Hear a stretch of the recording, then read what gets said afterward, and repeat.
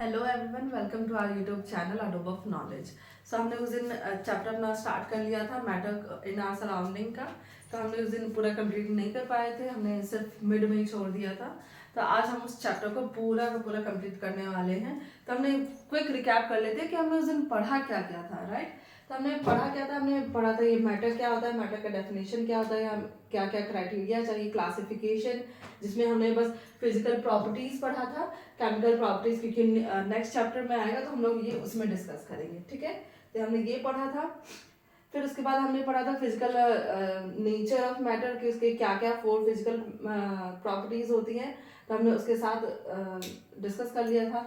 फिर ये सारे हमने फिर क्विक रिकैप कर लिया था। उसके बाद हम स्टेट्स ऑफ मैटर के क्या होता है, सॉलिड, लिक्विड एंड गैस, हमने वैसे 5 फिर हमने ये टेबल फिलअप कर लिया था। ये 5 स्टेट ऑफ मैटर होते हैं जिसको हमने डिस्कस किया था इवन। तो solid, liquid, gas and plasma and BEC, that is Bose, Einstein, condensate, ये सब हमने पढ़ चुका था। अब चाहे तो वो वीडियो देख सकते हैं। आज हम लोग जो करने वाले हैं स्टार्ट, वो हम स्टार्ट करने वाले हैं क्या मैटर अपना जो स्टेट है वो चेंज कर सकता है या नहीं, राइट। तो हम देखते हैं कि क्या ऐसा होता है कि मैटर अपना स्टेट चेंज कर सकते हैं, will it can transform its state from one form to another। तो हम देखते हैं कि कर सकता है या नहीं, ठीक है। उसी के बारे में हम देखते हैं। तो matter can change it's state under different conditions of temperature and pressure. तो इसका मतलब क्या हुआ कि जो मैटर है, हाँ, वो बिल्कुल अपना जो स्टेट है वो चेंज कर सकता है। सॉलिड से लिक्विड जा सकता है, लिक्विड से गैस जा सकता है, डायरेक्ट सॉलिड टू गैस भी जा सकता है, ठीक है। तो कैसे वो जा सकता है, उसकी कंडीशंस क्या होनी चाहिए, जो उसका टेम्परेचर है और जो उसका प्रेशर है, डिफरेंट टेम्परेचर और डिफरेंट प्रेशर पे it can change the it's state, ठीक है। तो वो हम कैसे चेंज स्टेट करेंगे, वो हम पहले हम उसको देख लेते हैं कि किस पे वो चेंज करने वाला है अपना स्टेट। पहले हम उस स्टेट को देखते हैं कि उसके हम नाम क्या क्या रखेंगे, ठीक है। तो पहले हम ये स्टेट कन्वर्जन पहले हम देख लेते हैं, ओके, कि जब वो स्टेट जो अपना चेंज करने वाला है तो उसको हम क्या क्या बोलते हैं, ठीक है। तो पहला है सॉलिड। सॉलिड तो हम जानते ही हैं, सॉलिड क्या है, एक बहुत ही टाइटली फिल्ड पार्टिकल्स इसमें वैसे ही रहते हैं, वैसे भी बहुत रिजिड होता है इन शेप, इसका रेगुलर फिक्स शेप और वॉल्यूम होता है, राइट। ये सब हमने टेबल में फिलअप कर ही लिया था। तो अब हम देखते हैं कि इसका कन्वर्जन ये लोग कैसे करने वाले हैं। तो सॉलिड से जो लिक्विड में, अगर सॉलिड से अगर हम लिक्विड में जाएंगे, इसके कन्वर्जन के लिए अगर हम चाहते हैं कि सॉलिड से हमारे स्टेट लिक्विड में कन्वर्ट हो, तो हम कैसे इसको हम कन्वर्ट करेंगे। तो हम कन्वर्ट क्या करेंगे, हम उसमें टेम्परेचर देंगे, उसमें हीट देंगे उसको हम। तो हीट अलाउ करके ये टेम्परेचर हम उसको टेम्परेचर इंक्रीज करके तो क्या होगा, सॉलिड से लिक्विड में स्टेट अपना चेंज कर देंगे। तो the conversion of solid to liquid, the conversion of solid to liquid, यानी सॉलिड से लिक्विड तक के कन्वर्जन को इज नोन एज फ्यूजन। इसको हम क्या बोलते हैं, the conversion of solid to liquid is known as fusion. इसको हम क्या बोलते हैं, फ्यूजन बोलते हैं, या फिर हम इसको मेल्टिंग भी बोल सकते हैं, ठीक है। जैसे मेल्ट हो जाना, सॉलिड का लिक्विड में मेल्ट हो जाना, यानी अपने स्टेट से दूसरे स्टेट में कन्वर्ट हो जाना, लिक्विड में कन्वर्ट हो जाना, उसको हम क्या बोलते हैं, मेल्टिंग, मेल्टिंग बोलते हैं या फिर फ्यूजन बोलते हैं। It can also be called as melting, okay, और फ्यूजन, ये हम दोनों इसको बोल सकते हैं, ठीक है।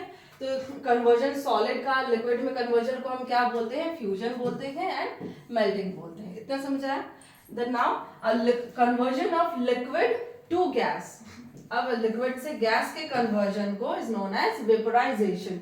अब हम लिक्विड से गैस कैसे कन्वर्ट होगा, वो ऐसे कन्वर्ट होगा कि हमने सॉलिड को हमने पहले थोड़ा गर्म किया, जैसे क्या है, आइस है, ठीक है। आइस है हमारे पास, आइस को हमने थोड़ा सा हीट दिया, ठीक है, हमने थोड़ा सा हीट दिया, ये किस में कन्वर्ट हो गया, ये कन्वर्ट हो गया लिक्विड में, ठीक है। तो ये कौन से स्टेट में कन्वर्ट हो गया, लिक्विड स्टेट में कन्वर्ट हो गया। ये पहले क्या था, सॉलिड था, उसके बाद ये हमने थोड़ा सा हीट दिया, एनर्जी दिया, ठीक है, टेम्परेचर इंक्रीज किया, तो क्या हुआ, वो सॉलिड से लिक्विड स्टेट में कन्वर्ट हो गया। अब हमें लिक्विड से अगर हमें गैस में जाना है तो हम इसको क्या करेंगे, फिर से हम इसको हीट कर देंगे, इसको हीट देंगे, ये इस सिंबल को कहते हैं हीट, हीट का सिंबल है ये। तो हमने इसको थोड़ा और हीट दिया या फिर हमने टेम्परेचर इंक्रीज किया, ठीक है। तो टेम्परेचर इंक्रीज किया तो फिर क्या हुआ, लिक्विड से क्या हो गया, वो स्टेट किसमें चेंज हो गया, गैस में चेंज हो गया, ठीक है। तो उस कन्वर्जन को हम क्या बोल देंगे, वेपोराइजेशन। तो जो लिक्विड से जैसे वाटर है, आइस जो था वो कन्वर्ट हुआ वाटर में टेम्परेचर इंक्रीज करने से। अब इसका हमने टेम्परेचर इंक्रीज हुआ तो ये किस में कन्वर्ट हो जाएगा, वेपर्स में, दैट इज वाटर वेपर में कन्वर्ट हो जाएगा। तो उसको वो किस में कन्वर्ट हो गया, गैसेस में, यानी कन्वर्ट हो गया टेम्परेचर के इंक्रीज होने से। तो उसको हम क्या बोल देंगे, वेपराइजेशन, ठीक है। Conversion of liquid into solid is known as vaporisation, ठीक है। अब अगर हमें इसी को अगर हमें गैस से अगर हमें लिक्विड में जाना है तो हम इसको क्या बोल देंगे, इसके यहाँ तो हमने बोले कि ये वेपराइजेशन है, लेकिन क्या हम गैस को हम लिक्विड में चेंज कर सकते हैं, बिल्कुल चेंज कर सकते हैं।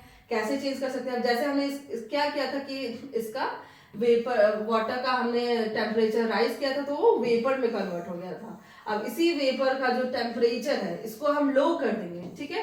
टेम्परेचर को हम लो कर देंगे तो वो किस में कन्वर्ट हो जाएगा, वाटर में convert, it will be converted into water, ठीक है। तो वो वाटर में कन्वर्ट हो जाएगा। तो इस चीज को हम क्या बोल देंगे, कंडेंसेशन, ठीक है। यानी कि वेपर्स को वाटर में कन्वर्जन को हम क्या बोल देंगे, कंडेंसेशन। यानी गैस स्टेट से लिक्विड स्टेट में अगर वो कन्वर्ट हो रहा है टेम्परेचर कम करने से तो उसको हम क्या बोल देंगे, कंडेंसेशन, ठीक है। इतना समझ आया। यानी लिक्विड से गैस में जाएंगे तो वेपोराइजेशन, टेम्परेचर इंक्रीज करने से, और टेम्परेचर को हमने अगर कम कर दिया तो क्या हो जाएगा, गैस से लिक्विड स्टेट में कन्वर्ट हो जाएगा, जिसको हम क्या कहते हैं, कंडेंसेशन। अब वैसे ही लिक्विड को अगर हम सॉलिड में कन्वर्ट करें, यानी कि हम क्या करेंगे, जैसे वेपर को हमने टेम्परेचर कम किया तो वाटर में कन्वर्ट हो गया। अब जो हमें वाटर को और हम टेम्परेचर डाउन कर देंगे यानी और टेम्परेचर कम कर देंगे तो किसमें कन्वर्ट हो जाएगा, यानी हम उसको क्या करते हैं, फ्रिज में सपोज हमने डाल दिया, ठीक है। तो यानी फ्रिज में डाल दिया, इसका ये मतलब कि टेम्परेचर फ्रिज में क्या होता है, कम होता है। तो नॉर्मल टेम्परेचर पे तो वाटर ही रहेगा रूम टेम्परेचर पे, उसी रूम टेम्परेचर से अगर हम डाउन कर देंगे तो वो क्या हो जाएगा, आइस में कन्वर्ट हो जाएगा, है ना। तो जो लिक्विड स्टेट जो आइस में कन्वर्ट हो जाएगा वो क्या, उसको हम क्या बोल देंगे, उस प्रोसेस को सॉलिडिफिकेशन, ठीक है, सॉलिडिफिकेशन करेंगे। यानी लिक्विड से सॉलिड में जाने के प्रोसेस को हम क्या बोल देंगे, सॉलिडिफिकेशन बोल देंगे, ठीक है। इतना आपको समझ आएगा। सॉलिड टू लिक्विड को हम बोल देंगे मेल्टिंग या फिर फ्यूजन, ओके। और लिक्विड से गैस में जाने को हम बोल देंगे वेपोराइजेशन। यहीं से हम वापस अगर जाना चाहेंगे, गैस से हमें लिक्विड बनाना है तो उसको हम बोल देंगे कंडेंसेशन, ठीक है। कंडेंसेशन जिससे क्या होगा, टेम्परेचर को कम करने से लिक्विड में चेंज हो जाएगा। अब लिक्विड से अगर हमें पानी को हमें बर्फ बनाना है तो उसको हम फिर टेम्परेचर डाउन करेंगे तो उसको हम क्या बोल देंगे, लिक्विड से सॉलिड में कन्वर्ट हो रहा है तो उसको हम क्या बोल देंगे, सॉलिडिफिकेशन, ठीक है। क्या बोल देंगे उसको, सॉलिडिफिकेशन, ठीक है। अब ये तो हो गया सॉलिड, लिक्विड एंड गैस, ऐसे हम जा रहे हैं। अब इन केस अगर हमें डायरेक्ट सॉलिड से अगर हमें गैस में कन्वर्ट करना है किसी भी मैटर को तो उसको हम क्या बोलेंगे, उसको हम बोल देंगे sublimation. The conversion of solid to gas is known as sublimation. Solid से हमें गैस में कन्वर्ट करने के प्रोसेस को हम क्या बोल देंगे, सब्लिमेशन बोल देंगे।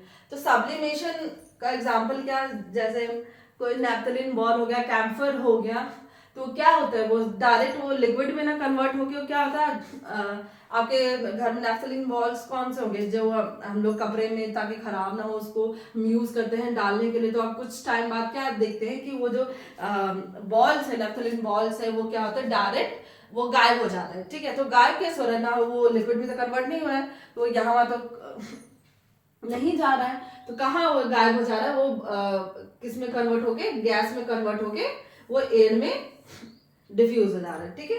तो ये क्या होगा, यानी कि नैप्थलीन बॉल्स का जो एग्जांपल है किसमें आएगा, वो सब्लिमेशन में, कि मोस्ट इंपॉर्टेंट चीज है, टॉपिक है सब्लिमेशन। सब चीज में कॉम्पिटिटिव एग्जाम में भी आते हैं और हमारे 9th क्लास के क्वेश्चंस में भी आते हैं, ठीक है।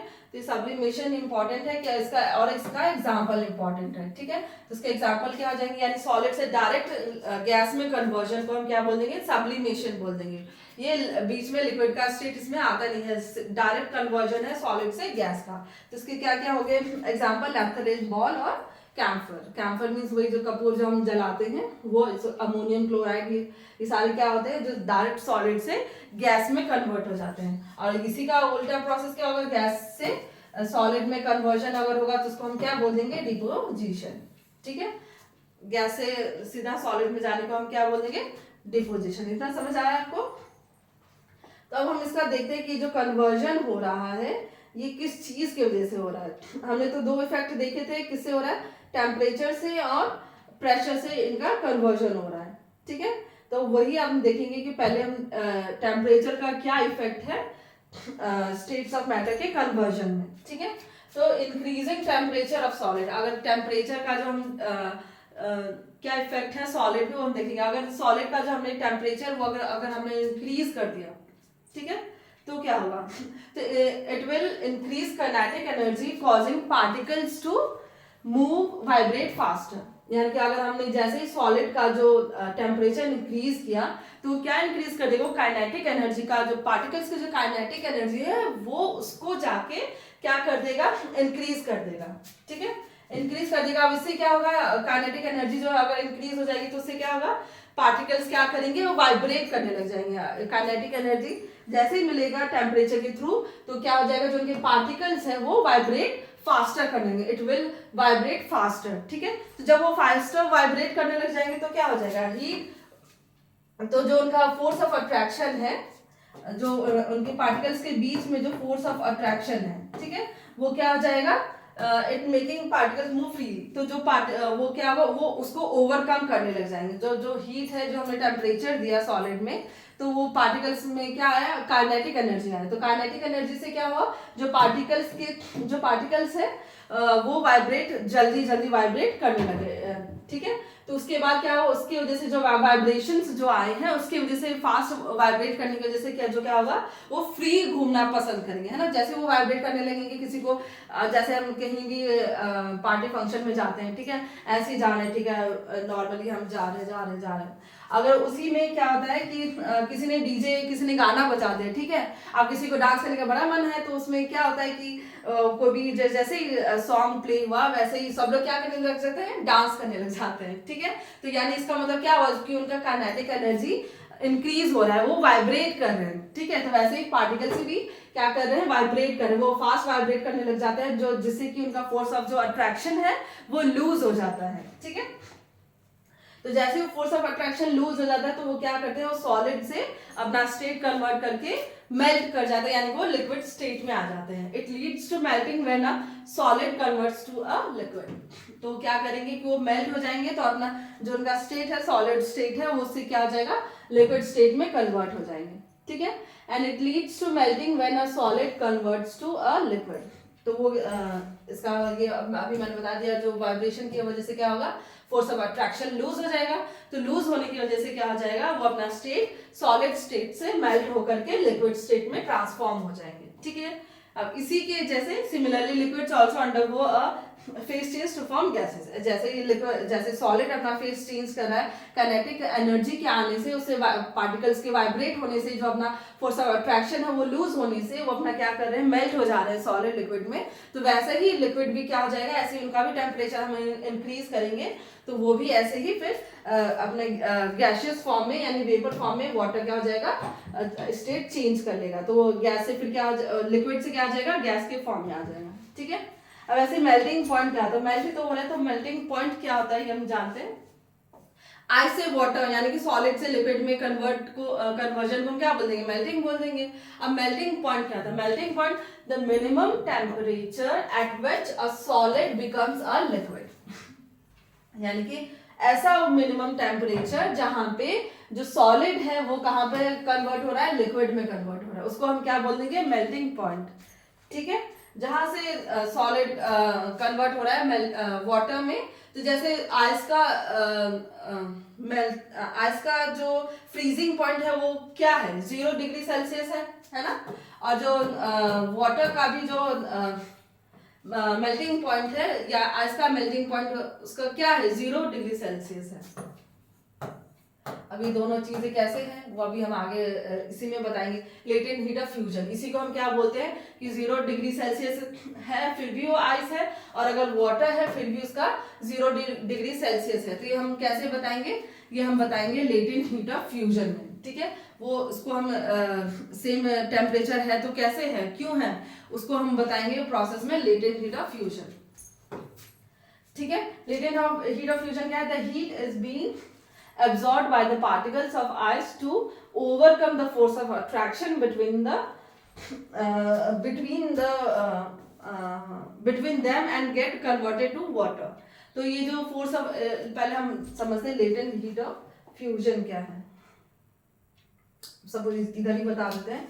तो लेटेंट हीट ऑफ फ्यूजन क्या है, जैसे सपोज ये आइस है, ठीक है, ये आइस है, तो सपोज ये -10 डिग्री सेल्सियस है, इसमें तो ऑब्वियस है कि ये आइस ही बना रहेगा, है ना। इसमें -10 डिग्री सेल्सियस में आइस है।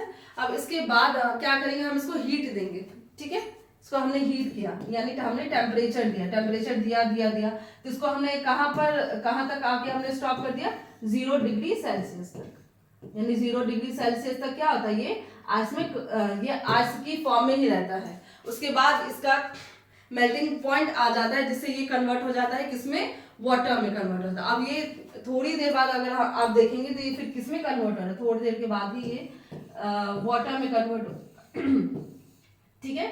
अब जब मजे की बात ये है कि जब 0 डिग्री सेल्सियस ये आइस का है, अभी भी ये क्या है, आइस है, लेकिन जैसे ही थोड़ी देर बाद ये किसमें कन्वर्ट हो जाएगा, वाटर, ठीक है। तो वाटर का भी जो टेम्परेचर है वो कितना है, 0 डिग्री सेल्सियस ही रहेगा।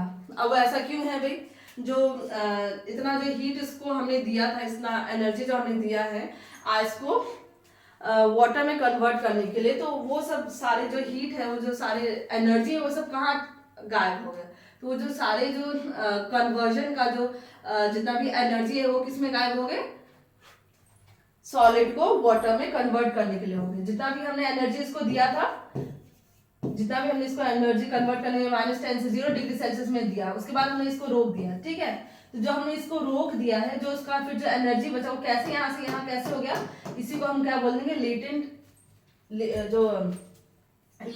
हीट ऑफ, अभी इसके पीछे हमने latent heat of fusion. Fusion मतलब क्या, मेल्टिंग, या तो मेल्टिंग बोलिए या फिर फ्यूजन बोलिए, ठीक है। तो अब वही लेटेंट हीट ऑफ फ्यूजन क्या हो गया कि हमने जो आइस था, आइस को हमने किस में कन्वर्ट कर दिया, वाटर में कन्वर्ट कर दिया। तो जो 0 डिग्री सेल्सियस तो वही आइस का भी था, वही 0 डिग्री सेल्सियस वाटर का था। तो वो जो एनर्जी जो यूज हुआ है, आइस को वाटर में कन्वर्ट करने के लिए, उसी को हमने क्या बोला है, लेटेंट हीट ऑफ फ्यूजन, ठीक है। लेटेंट हीट ऑफ फ्यूजन इतना समझ आया। इसको एनर्जी को जो आइस क्यूब को वाटर में कन्वर्ट करने के लिए जो एनर्जी यूज हो रहा है, उसी को हम बोलते हैं लेटेंट हीट ऑफ फ्यूजन, ठीक है। अब इसी के आगे अगर हमने इसी वाटर को अगर हमने और टेम्परेचर दिया, ठीक है, वाटर का बॉइलिंग पॉइंट क्या होता है, 100 डिग्री सेल्सियस, है ना। तो जो 100 डिग्री सेल्सियस यानी कि हमने इसको और हमने इसको हीट दिया और टेम्परेचर दिया, तो ये क्या हो जाएगा, वाटर वेपर में कन्वर्ट हो जाएगा। तो 100 डिग्री सेल्सियस पे ही जो वाटर का क्या है, बॉइलिंग पॉइंट है, और 100 डिग्री सेल्सियस ही क्या है, वेपर का भी टेम्परेचर है। तो ये दोनों सेम, फिर टेम्परेचर कैसे हो गया उसका, ये मतलब हुआ कि ये जो हीट, जो एनर्जी जो यूज हो रहा है वाटर को वेपर में कन्वर्ट करने के लिए, जो 100 डिग्री सेल्सियस वाटर का भी है, वेपर का भी है बॉइलिंग पॉइंट, और इसका वेपर का भी है, तो उसको हम क्या बोल देंगे, latent heat of vaporisation. Latent heat of vaporisation इसको बोल देंगे, ठीक है। इधर क्या था, ये जो 0 डिग्री आइस क्यूब को वाटर में कन्वर्जन करने के लिए इसको जो एनर्जी यूज हो रहा था, उसको हम क्या बोल रहे थे, लेटेंट हीट ऑफ फ्यूजन। और उसी को ये जो हमने वाटर को इस वाटर को हमने और टेम्परेचर दिया, तो ये बॉइलिंग पॉइंट पे कन्वर्ट हुआ, कितना हुआ, बॉइलिंग पॉइंट वाटर का कितना होता है, 100 डिग्री सेल्सियस। तो इसी 100 डिग्री सेल्सियस से क्या हुआ कि वेपर में कन्वर्ट हो गया। अब जो जिस वेपर है, इस वेपर का भी जो टेम्परेचर है वो भी है 100 डिग्री सेल्सियस। तो जो 100 डिग्री सेल्सियस जो एनर्जी जो कंज्यूम हो रहा है उसको वेपराइज करने में, तो उस चीज को हम क्या बोल देंगे, latent heat of vaporization. I hope आपको समझ आ गया होगा, ठीक है। तो ये भी हमने यही इसका मतलब ये हुआ लेटेंट हीट ऑफ फ्यूजन, यानी कि जो heat is being absorb by the particles of ice to overcome the force of attraction, यानी उनका जो फोर्स ऑफ अट्रैक्शन है जो आइस क्यूब में थे वो उसको वो क्या कर रहा है, ओवरकम कर रहा है। तो उस ओवरकम की वजह से जिसका फोर्स ऑफ अट्रैक्शन है वो क्या हो रहा है, ओवरकम हो रहा है। तो उसकी वजह से it get converted to water, उसकी वजह से वो वाटर में कन्वर्ट हो रहा है। ठीक है, तो ये हो गया latent heat of fusion. Next sublimation, solid changes directly to gas without becoming liquid. तो जो सॉलिड का जो कन्वर्जन है डायरेक्ट गैस में हो जाना बिना लिक्विड में, लिक्विड स्टेट में चेंज हुए, उसको हम क्या बोल देंगे, सब्लिमेशन बोल देंगे। ठीक है, इसका वही एग्जांपल कैम्फर, नैपथलीन बॉल और ड्राई आइस। ड्राई आइस क्या है, ये ड्राई आइस है सॉलिड CO2 है। ठीक है, सॉलिड कार्बन डाइऑक्साइड, यानी कि जो कार्बन डाइऑक्साइड का जो गैस है ये सीधा इस गैस को क्या किया गया है, हाई प्रेशर पे कंप्रेस किया गया है। ठीक है, कंप्रेस किया गया है, उसको स्टोर किया गया है, तो उसी को सॉलिड कार्बन डाइऑक्साइड को ही हम क्या बोल देंगे, ड्राई आइस बोल देंगे। यानी ये क्या है, सॉलिड CO2। ठीक है, ड्राई आइस क्या है, सॉलिड CO2। ठीक है, then deposition, gas changes directly, gas changes directly, एक मिनट तो सभी सेम कलर के हो गए। तो डिपोजिशन क्या है, gas changes directly to solid, यानी कि जो गैस है डायरेक्टली वो सॉलिड में चेंज हो रहा है, लिक्विड में ना चेंज होकर के डायरेक्टली वो सॉलिड में, गैस से सॉलिड में चेंज हो रहा है, तो उसको हम क्या बोल देंगे, डिपोजिशन बोल देंगे, विदाउट बिकमिंग लिक्विड। यानी लिक्विड में चेंज हुए बिना ही वो गैस है डायरेक्ट सॉलिड में चेंज हो रहा है, तो उसको हम क्या बोल देंगे, डिपोजिशन, जिसका एग्जाम्पल हो गया फ्रॉस्ट। ठीक है, नेक्स्ट अब ये हमने तो देखा कि टेम्परेचर का क्या इफेक्ट है, अब हम देखेंगे कि प्रेशर का क्या इफेक्ट है। ठीक है, physical state of matter can be changed by increasing और डिक्रीजिंग। हाँ, फिजिकल स्टेट ऑफ मैटर, यानी कि पहले हमने अभी तक देखा कि टेम्परेचर की इफेक्ट क्या क्या है स्टेट ऑफ मैटर के कन्वर्जन पे। अब उसी का देखेंगे प्रेशर का क्या क्या इफेक्ट पड़ता है स्टेट ऑफ मैटर के कन्वर्जन में। ठीक है, तो physical state of matter can be changed by increasing और डिक्रीजिंग द प्रेशर, यानी कि हम जो स्टेट ऑफ मैटर है सॉलिड लिक्विड गैस, इसके हम प्रेशर में कैसे हम इसको चेंज करेंगे, यानी कि उसके इंक्रीज करेंगे या उसके डिक्रीज करेंगे, तो उससे क्या होगा कि जो फिजिकल मैटर का जो फिजिकल स्टेट है वो चेंज कर सकते हैं। ठीक है, gases can be liquefied by applying pressure. Gases को हम कैसे चेंज कर सकते हैं लिक्विड में, उसको हम क्या करेंगे, जो गैसेस है, जैसे अभी अभी हमने बताया आपको ड्राई आइस। ठीक है, ड्राई आइस पहले क्या था, यानी कि ड्राई आइस यानी कि CO2, तो यानी CO2 क्या है, पहले क्या था, वो गैस की फॉर्म में था। ठीक है, उसको हमने इतना हाई प्रेशर के अंडर, इतना उसको हमने हाई प्रेशर दिया है कि उसको हमने क्या किया है, कंप्रेस कर दिया है। तो जो ये जो सपोज ये CO2 है, उसको हमने इतना प्रेशर दिया, इतना हमने उसको कंप्रेस किया, इतना हमने प्रेशर दिया उसमें कि वो क्या हो गया, लिक्विफाइड हो गया, जिससे लिक्विफाइड हो गया, तो क्या इसका क्या उसका आंसर क्या है, CNG। लिक्विफाइड हो गया, बहुत हमने प्रेशर एक्सर्ट किया, उसमें प्रेशर अप्लाई किया गैस पे हमने प्रेशर अप्लाई किया, तो क्या हो गया कि किस फॉर्म में चेंज हो गया, वो लिक्विड की फॉर्म, यानी कंप्रेस नेचुरल गैस। यानी कि हमने इस गैस को हमने इतना प्रेशर दिया, इतना प्रेशर उस पे अप्लाई किया कि वो किसमें लिक्विफाइड हो गया, CNG में। ठीक है, तो CNG भी हमारा बहुत यूजफुल होता है, तो इसीलिए हमने प्रेशर दे के एक स्टेट से दूसरे स्टेट में कन्वर्जन हमारे इकोनॉमिक यूज के लिए हमने इसको यूज में लाया कि हमने एक स्टेट से दूसरे स्टेट में कन्वर्ट कर दिया। ठीक है, और इससे हमारा स्टोर हो गया।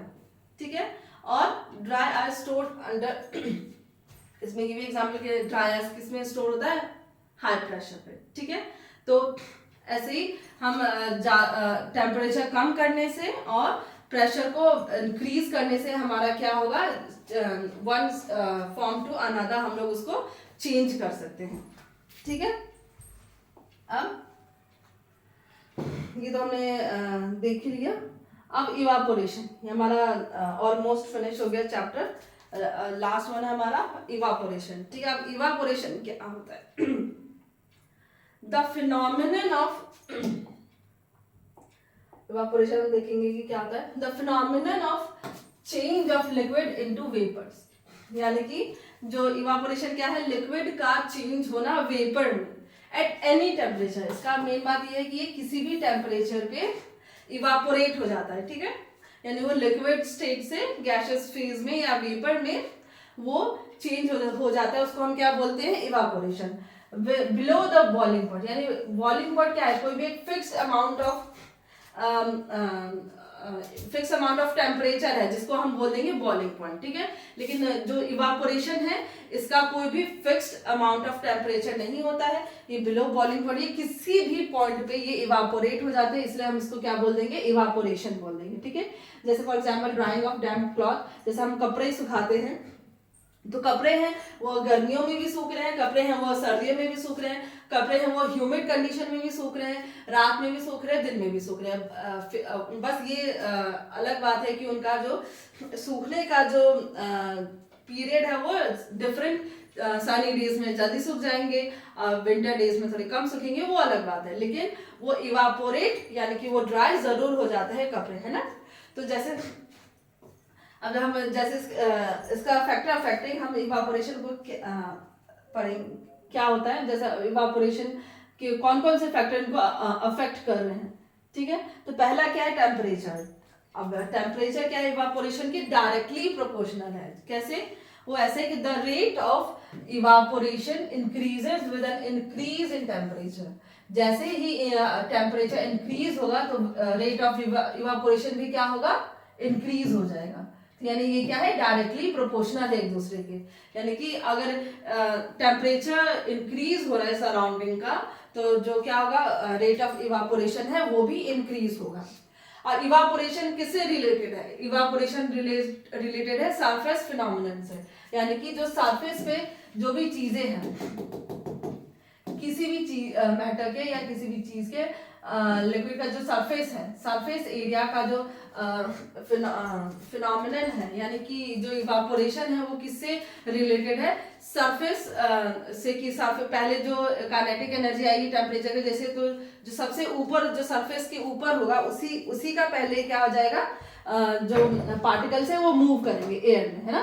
तो यानी कि जो ये इवापोरेशन क्या है, सरफेस फिनोमिनन है, यानी कि सबसे पहले जो ऊपर वाला जो सतह होगा उसी का पहले ये वो मूव होता जाएगा, वो इवापोरेट होता जाएगा, फिर धीरे धीरे धीरे फिर बॉटम तक पहुंचेगा। ठीक है, तो बॉइलिंग पॉइंट में क्या होता है, बॉइलिंग पॉइंट में तो पूरा ही जो लिक्विड है वो पूरा बॉईल कर जाता है, तब जाके पूरा का जो टेम्परेचर होता है उसके अकॉर्डिंग हम बताते हैं कि वो बॉईल कर रहा है, वो उसका बॉइलिंग पॉइंट है। लेकिन जो इवापोरेशन ये क्या है, सरफेस फिनोमिनन है, ये सिर्फ सरफेस पे पहले इवापोरेट होगा, उसके बाद धीरे धीरे धीरे वो बॉटम पे जाता जाएगा। तो क्या हुआ कि ये जो टेम्परेचर है वो डायरेक्टली प्रोपोर्शनल है, इवापोरेशन क्या है, वो डायरेक्टली प्रोपोर्शनल है टेम्परेचर के, यानी टेम्परेचर इंक्रीज होगा तो रेट ऑफ इवापोरेशन भी इंक्रीज होगा। देन सेकेंड है सरफेस एरिया। सरफेस एरिया का क्या है, सरफेस एरिया भी सेम है जैसे टेम्परेचर है। अगर सरफेस एरिया जैसे जैसे बढ़ता जाएगा वैसे ही इवापोरेशन भी जल्दी जल्दी होगा। अब जैसे हमने कपड़े धोए तो कपड़े को हमने छत पे जाके या कहीं भी जाके हमने डाला, तो उसको हमने जैसे ऐसे उठाया और ऐसे ही डाल दिया तार पे कि सूख जाएगा। अब वो सूख तो जाएगा, चाहे उसमें कम टाइम में सूखे या लेट टाइम में सूखे, सूख तो हो जाएगा ही। लेकिन जैसे हम उसको उठा के ऐसे ही बस डाल दिया तो वो थोड़ा टाइम लेगा। और वही चीज हम क्या करेंगे, हमने कपड़े को ऐसे ना डाल करके पूरा फैला करके डाले तो उसमें क्या होगा, सरफेस एरिया इंक्रीज हो गया। जब सरफेस एरिया इंक्रीज हो जाएगा तो उसको इवापोरेशन के लिए कितना सरफेस इंक्रीज हो जाएगा। तो जैसे ही सरफेस इंक्रीज होगा तो वैसे इवापोरेशन का रेट क्या होगा, हाई हो जाएगा। यानी कि इसका यही मतलब हुआ कि जैसे ही इंक्रीज होगा सरफेस एरिया में वैसे ही इवापोरेशन का रेट क्या होगा, इंक्रीज हो जाएगा। यानी कि इससे हम ये कह सकते हैं, यानी कि ये दोनों क्या है, डायरेक्टली प्रोपोर्शनल है कि अगर सरफेस एरिया इंक्रीज होगा तो रेट ऑफ इवापोरेशन भी इंक्रीज होगा। Then third, humidity. और ह्यूमिडिटी में हम क्या बोलेंगे, the rate of evaporation decreases with an increase in humidity. अगर हमारे एटमॉस्फेयर में अगर ह्यूमिड क्लाइमेट है या वेपर्स होते हैं हमारे एटमॉस्फेयर में, एयर में, तो उस टाइम क्या होता है कि जो हमारा जो कपड़ा है as compare to sunny days में क्या होता है कि जल्दी जल्दी कपड़े सूख जाते हैं, लेकिन ह्यूमिड कंडीशन में क्या होता है कि जो कपड़े हैं वो थोड़ा लेट सूखते हैं। कि वो इसलिए क्योंकि वैसे ही वाटर ड्रॉपलेट्स, एयर के मॉलिक्यूल्स वैसे ही हमारे सराउंडिंग में रहते हैं, तो वो क्या करते हैं, वो उतना जल्दी कपड़े को नहीं सुखा पाते। यानी कि इसका मतलब ये हुआ कि जो रेट ऑफ इवापोरेशन है ये डिक्रीजेस होता है विद इंक्रीज ऑफ ह्यूमिडिटी का, यानी कि क्या है, इनवर्सली प्रोपोर्शनल है। यानी ह्यूमिडिटी ज़्यादा होगा तो क्या होगा, रेट ऑफ इवापोरेशन डिक्रीज होगा, यानी कि ये इनवर्सली प्रोपोर्शनल है। ठीक है, ये डायरेक्टली प्रोपोर्शनल नहीं है, ये क्या होगा, इनवर्सली प्रोपोर्शनल होगा। यानी कि रेट ऑफ इवापोरेशन डिक्रीज हो जाएगा अगर ह्यूमिडिटी इंक्रीज होगा तो। ठीक है, ये तीन हो गए। अब क्या इफेक्ट है, अब विंड स्पीड का क्या इफेक्ट है इवापोरेशन पे। अब जैसे हम लोगों ने कपड़ा सुखाना है, ठीक है, सनी डेज में सुखा लिए, फैला के सुखा लिए, ह्यूमिड कंडीशन में सुखा लिया, अब विंड स्पीड में कैसे सुखाएंगे। तो जैसे हमने गेट बंद कर दिया, फैन ऑन कर दिया, हम तो जितना ज़्यादा विंड का स्पीड होगा, ठीक है, यानी कि फैन क्या रोटेट कर रहा है, अपना ब्लेड रोटेट करेगा तो क्या होगा, विंड स्पीड आएगा। ठीक है, तो जितना विंड स्पीड होगा, the rate of evaporation increases with an increase in wind speed. जितना विंड स्पीड होगा उतना ही रेट ऑफ इवापोरेशन क्या होगा, इंक्रीज होगा। यानी कि ये भी क्या हो गया, डायरेक्टली प्रोपोर्शनल हो गया। ठीक है, ये चार हमने देख लिया। अब इवापोरेशन तो उतना हमने देखा कि क्या उसका इफेक्ट्स है। ठीक है, अब देखेंगे जो इवापोरेशन अपना क्या इफेक्ट छोड़ता है जब वो इवापोरेट हो जाए। तो जब इवापोरेशन अपना जो उसका जो इफेक्ट है वो क्या इफेक्ट छोड़ता है, अपना कूलिंग इफेक्ट छोड़ता है। जैसे हम स्वेटिंग सनी डेज में, समर सीजन में जो अब आ ही रहा है, हमारा ऑलमोस्ट आ ही गया है समर सीजन, तो उसमें क्या होता है, वी स्वेट अ लॉट। हम लोग, हमें स्वेटिंग बहुत ज़्यादा होता है, पसीना बहुत आता है, क्योंकि इतना गर्मी है, इतना तेज धूप रहता है। तो समर डेज में क्या आता है, हमें पसीने बहुत आते हैं। तो पसीने कहाँ से आते हैं, हमारे बॉडी पे छोटे छोटे से पोर्स होते हैं ना, पोर्स के थ्रू स्वेटिंग होता है हमें। तो वो क्या, जैसे हमें स्वेट हुआ, हम स्वेट निकला हमारे बॉडी सरफेस पे, तो क्या होता है कि वो जो स्वेट अगर इवापोरेट हो रहा है, वो स्वेट क्या होता है, थोड़ी देर बाद में क्या हो जाता है, इवापोरेट होता है। तो जैसे ही वो इवापोरेट हो जाता है तो वो क्या इफेक्ट अपना छोड़ता है, कूलिंग इफेक्ट। इसीलिए हमको कूलिंग इफेक्ट पसीने की वजह से हमें लगता है। तो वो किसका फिनोमिनन है, इवापोरेशन का। तो during evaporation particles of a liquid absorb energy from the surroundings to overcome the interparticle forces of attraction and undergo phase change. The absorption of heat from the surrounding makes the surrounding cool. यानी जहाँ से भी, जिस surrounding से भी evaporate हुआ है वो मटेरियल, वो लिक्विड, तो वहाँ पे वो उस सराउंडिंग को क्या करेगा, वो सराउंडिंग को कूल कर देगा। ठीक है, जैसे अर्दन पॉट, समर डेज में अर्दन पॉट होते हैं, तो अर्दन पॉट में क्यों, स्टील के पॉट में क्यों नहीं जो पानी है वो ठंडे रहते हैं, अर्दन पॉट में ही क्यों ठंडे रहते हैं। यानी जो हमारा मटका है, गर्मी में देखते होंगे मटके से पानी पीना चाहिए, वैसे भी बोलते हैं, फ्रिज का वैसे भी नहीं पीना चाहिए, पर जो मटके हैं वो अपना जो पानी है उसके अंदर उसको क्यों कूल, यानी उसको क्यों ठंडा रख पाता है, वो इसीलिए रख पाता है क्योंकि उसमें क्या होता है, छोटे छोटे से उसमें होल्स होते हैं, पोर्स होते हैं। ठीक है, तो ये जो पोर्स होते हैं, इसमें से जो वाटर ड्रॉपलेट्स है वो इवापोरेट हो जाते हैं। ठीक है, तो इवापोरेशन का क्या इफेक्ट है, इवापोरेशन क्या इफेक्ट छोड़ देता है, अपना कूलिंग इफेक्ट छोड़ देता है। तो जैसे ही ये जो पोर्स में से जो वाटर ड्रॉपलेट्स जो भी इवापोरेट हो जाते हैं, तो वो अपना क्या इफेक्ट छोड़ता है, कूलिंग इफेक्ट छोड़ता है। तो इसीलिए जो कि स्टील में, तो अगर हम स्टील के पॉट में रखेंगे तो उसमें तो ऐसा कुछ होता नहीं, इसमें कोई पोर्स वगैरह तो होता नहीं, इसलिए वो अपना इसमें जो, इसलिए जो उसमें पानी रखा हुआ रहता है स्टील पॉट में, वो गर्म हो जाता है और ये अर्दन पॉट का ये अपना कूलिंग इवापोरेशन की वजह से अपना कूलिंग इफेक्ट छोड़ जाता है, इसलिए हम 7 डेज में प्रेफर करते हैं कि मटके का पानी पिए। ठीक है, अब हमारा लास्ट पॉइंट आ गया बॉइलिंग पॉइंट और इवापोरेशन। बॉइलिंग क्या होता है और इवापोरेशन क्या होता है, इनमें हम कंपैरिजन देख लेते हैं जिससे हमें इजी वे से हमें समझ आना पड़े। पहला है हमारा it can take place at all temperature. जैसे मैंने आपको बताया था जो इवापोरेशन है वो सभी टेम्परेचर में अगर करते हैं। ठीक है, it occurs in all temperature, वो सभी टेम्परेचर में कपड़े सूख इवापोरेट हो सकते हैं। ठीक है, और जो बॉइलिंग के लिए it take place only at a fix temperature, तो बॉइलिंग के लिए एक फिक्स टेम्परेचर ही होना जरूरी है, तभी हम बोलेंगे कि वो वहां वो चीज बॉइल कर रहा है, वो बॉइलिंग पॉइंट है। दिस इज अ इवापोरेशन क्या है, this is a slow and gradual process. जो इवापोरेशन है स्लो प्रोसेस है, धीरे धीरे अपना इवापोरेट हो रहा है, ऐसा नहीं कि एकदम रैपिड फिनोमेनन है, रैपिड फिनोमेनन नहीं है, वो स्लो प्रोसेस है इवापोरेशन। तो it is a rapid and वॉलेंट process, क्योंकि ये जो बॉइलिंग प्रोसेस इसलिए क्योंकि ऑब्वियस है कि हम लोग उतना टेम्परेचर उसको दे रहे हैं, तो उस टेम्परेचर पे वो क्या कर रहा है, खुद को बॉईल कर रहा है, तो वो बॉइलिंग कंडीशन में आ जाता है। अगर वही चीज़ अगर बॉइलिंग पॉइंट अगर खौलता हुआ पानी हमारे पे गिर जाए तो ऑब्वियस हमें कितनी इंजरीज हो जाएंगी, कितना हमें पेन होगा उससे।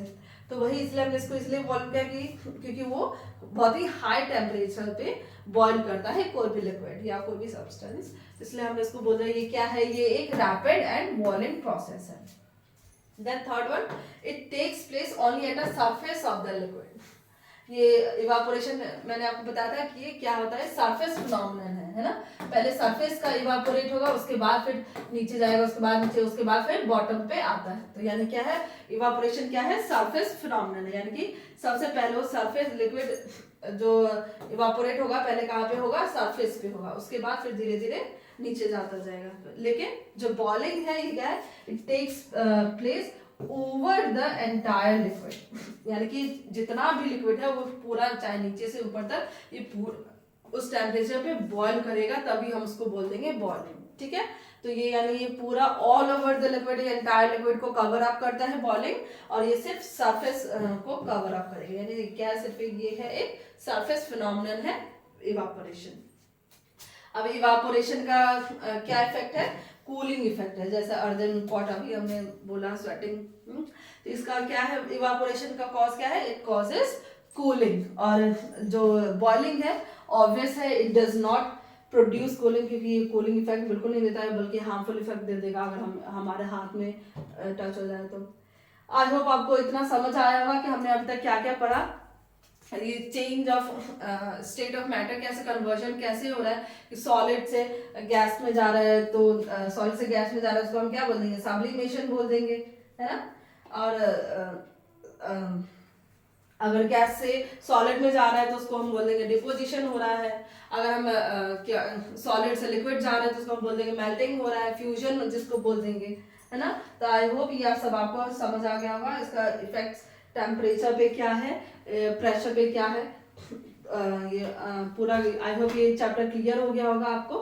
तो थैंक यू आपको अगर इतना समझ आया, इतना पूरा हमें टाइम देने के लिए, इतना देखने के लिए चैप्टर को। अगर आपको अच्छा लगा तो please do like and subscribe the channel. Thank you so much.